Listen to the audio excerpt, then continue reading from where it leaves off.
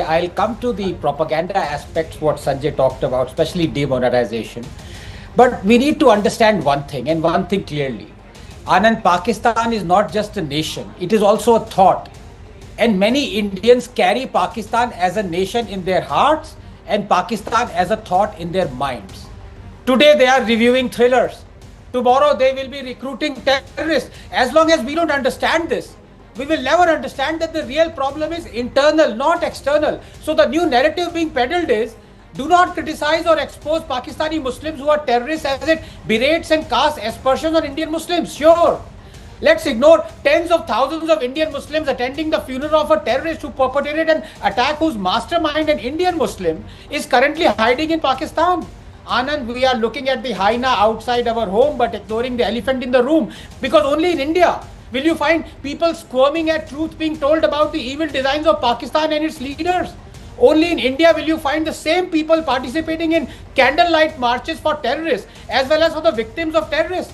Only here will you find mourners attending the funeral of terrorists as well as the victims of terrorists. Remember, the same people wearing black armbands, shuttering their shops, shedding tears for the victims of the Pahalgam terror attack last year were assembling in their thousands for the funeral of Burhan Wani and Nasrallah and Yahya. So what changed?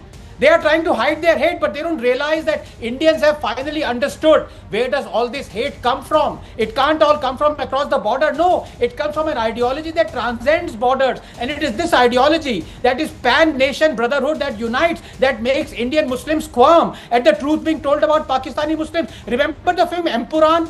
It was pure propaganda lies, but Kerala government praised it. But then what do you expect in a state where the sitting Kerala Assembly Speaker A.N. Shamsheer publicly says that Hamas is doing against Israel, what it's doing is not terrorism but resistance.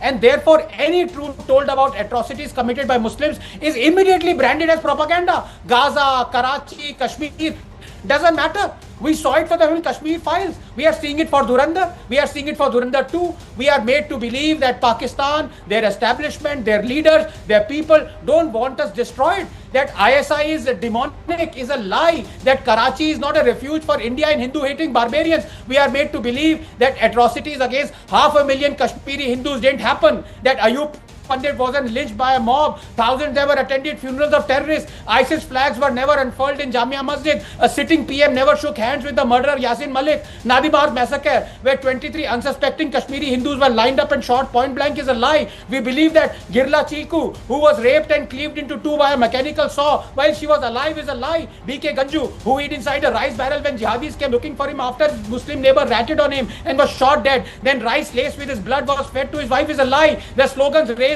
on mosque, Ralif, Salif, Galif, dead to Kafirs, all lies. Just 10 seconds, Anand. As long as we believe these are all lies, we are sprouting thousands of extremists who, unlike us, firmly believe that Pakistan not just a nation but also a thought. Now, as far as demonetization, I don't think my friend Sanjay has seen the movie. I saw it. I returned from the cinema at 4 a.m. this morning. He does not glorify demonetization, that, by the way, I vehemently oppose. And I was opposed to it because all its goals were never met, including the fact of counterfeit currency being brought out. Yeah. But it does talk about it, that maybe one of the reasons why demonetization was carried out was to thwart the attempts of Pakistan to peddle counterfeit currency out here. But it no way glorifies, as Sanjay is saying, and justifies demonetization.